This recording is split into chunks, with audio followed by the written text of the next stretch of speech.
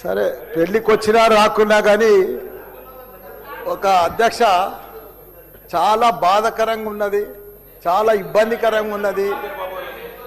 మా ఇన్ఛార్జ్ మంత్రి వల్లనే నాకు, ఎందుకంటే నేను సురువులా మా శ్రీధర్ బాబు మాకు ఇన్ఛార్జ్ వస్తా అంటే నాకు మంచి మిత్రుడు ఆయన.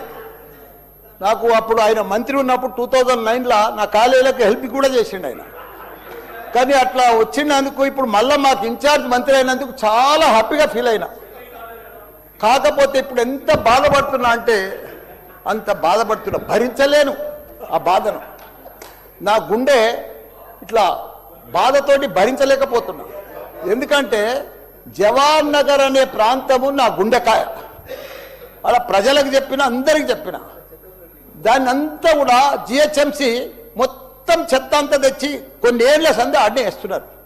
పర్లే వేస్తున్నారు, అది కాంగ్రెస్ టైంలో సందే వేస్తున్నారు, ఇప్పటిదాకా కూడా వేస్తూనే ఉన్నారు. అది కంటిన్యూ కాంట్రాక్ట్ ఉంది వేస్తున్నారు. మీ దాంట్లోనే కంటిన్యూషన్ అని చెప్తున్నా. జర ఓపిక పట్టాలని నీకు దండం పెడతా.